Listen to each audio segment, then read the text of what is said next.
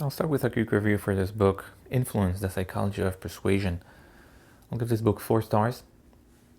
Interesting book, very popular apparently. I heard many references to this book, so I had to read it eventually. Not that many new things, especially maybe I read them in the book that referenced this book. That's why I give it 4, even though I knew many of the things, but it's definitely interesting, very well written. I think the stories were a little too long and there were too many of them, but very good information overall. Definitely recommend this book for anyone, basically, or especially if you're in sales or something like that. But generally for everyone, it would be interesting to read. Let's see the notes.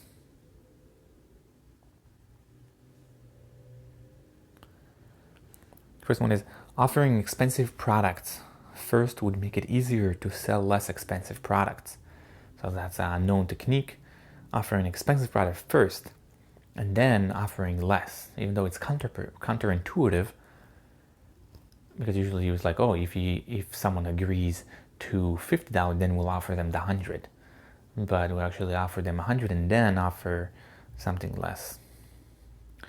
Reciprocation is a highly effective tool. People always want to reciprocate something, and many sales representatives or many companies are abusing this by offering you something for free, and they rely on you reciprocating this. Asking for something big and then for something smaller could yield a better result. You're asking for something big and then asking for something. It's the same idea with selling something more expensive and then lowering it. So people are more likely to agree for something smaller after you ask for something big. Tricks does not need to be reciprocated with favor. When we acknowledge or we identify that someone is trying to trick us into reciprocate, we do not have to reciprocate. So identifying it is very helpful.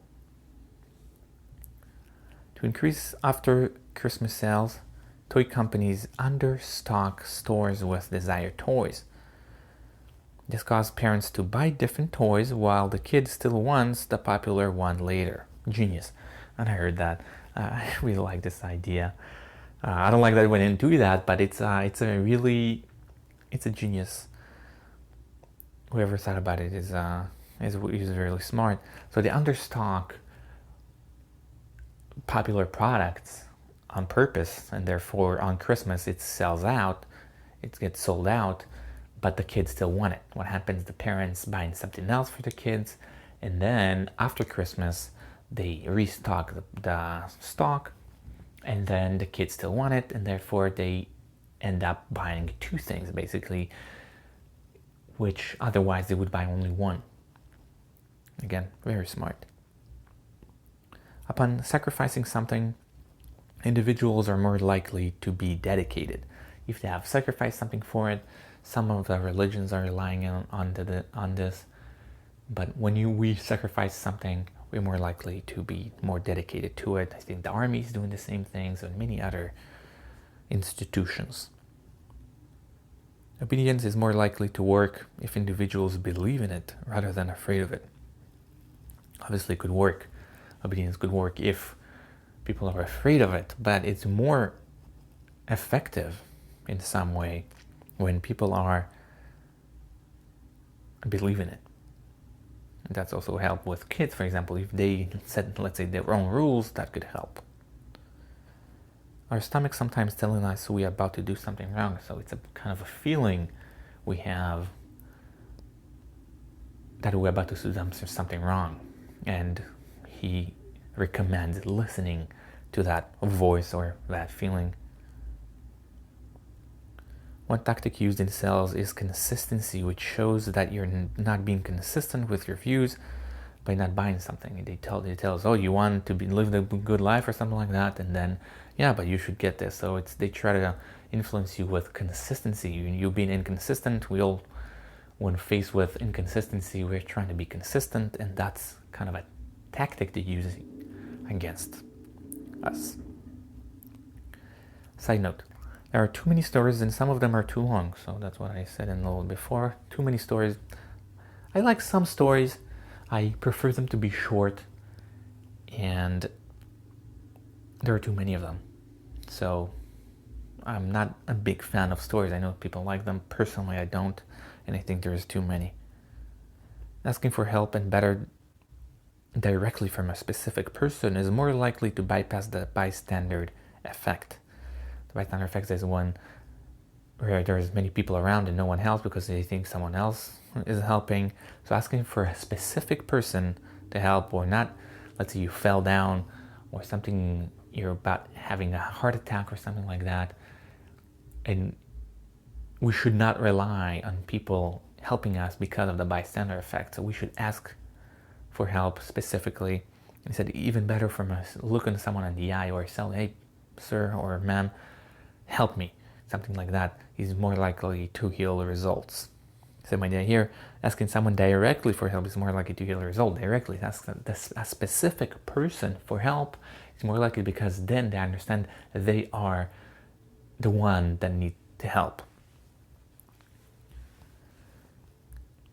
Kids that see other kids swim are more likely to learn than if they see adults. They need to see their own kind in some way. I do air quotes so you don't see it.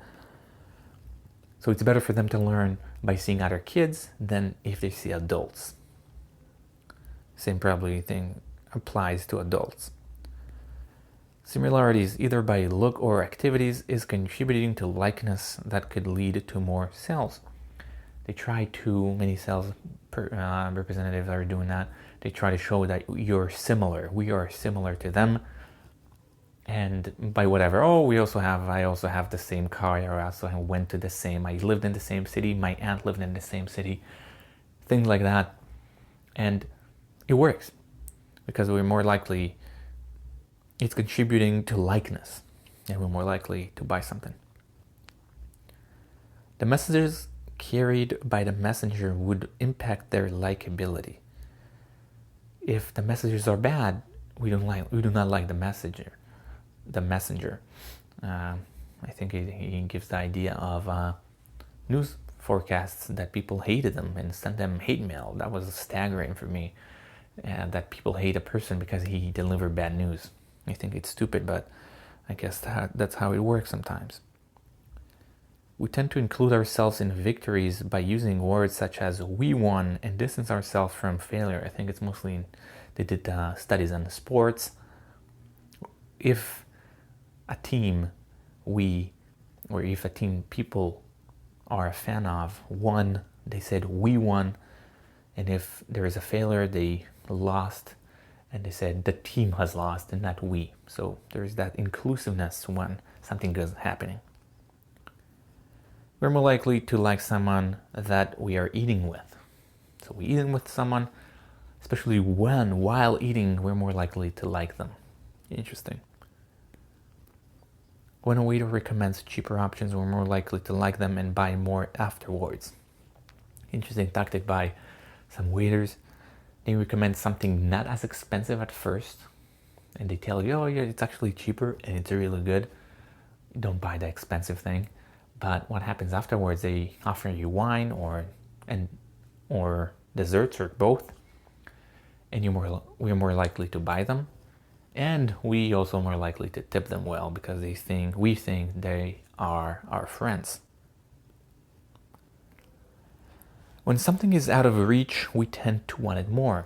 When we don't have it, we tend to want it more. Scarcity. And that's the last one. Inconsistent rules cause rebellious kids, as something once allowed is now forbidden. So that's inconsistent. If we have inconsistent rules, our kids would be more rebellious because they feel like it's unfair for them because something was allowed and now it's forbidden, and they're more likely to rebel against it. And that's it for the notes. Again, some interesting points in this book. Many of them are known, but I still recommend it. It's a very good package of persuasion, and it's very good also to learn those things, also to be more resilient or to understand more how sales works, because sometimes we're more likely to fall for things. So it's also good to reiterate those points over and over. So again, 4 out of 5, and thank you.